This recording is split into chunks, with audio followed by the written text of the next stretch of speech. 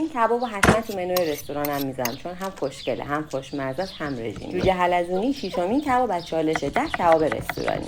یه بسته فیله مرغ نیاز داریم که با سینه مرغ هم میشه درست کرد. یه دونه پیازم خلالی خورد میکنیم، میچلونیم، میریزیم روی فیله ها. بهش نمک، فلفل سیاه، روغن زیتون، آب لیمو ترش تازه، ماست کمچرب، سس کمچرب و زعفران غلیظ اضافه میکنیم. خوب مخلوط میکنیم و میذاریم استراحت کنه. برای بین جوجه حلزونی من از فلفل دلمه و گوجه استفاده کردم که فلفل دلمه رو برش کوچیک میزنیم، گوجه ها رو برش اوریب میزنیم و فیلش میکنیم، یعنی دونه هاشو میگیریم. سیخو از وسط فیله رد میکنیم. اول قسمت پهنش، بعد قسمت نازک فیله رو به سیخ میکشیم. برای فیکس کردنش هم یکی در میون فلفل دلمه و گوجه میذاریم. این کبابا رو با حرارت ملایم بپزیم تا آبدار و خوشمزه بشه. دستورش هم ذخیره کنید، مطمئنم به زودی درست میکنید. یه سر برید بقیه دستور کبابا رو هم ببینید. مطمئنم یه روز دوباره رستورانم رو راه اندازی میکنم و براتون این کتوهای خوشگل با انواع کبابای خوشمزه درست میکنم.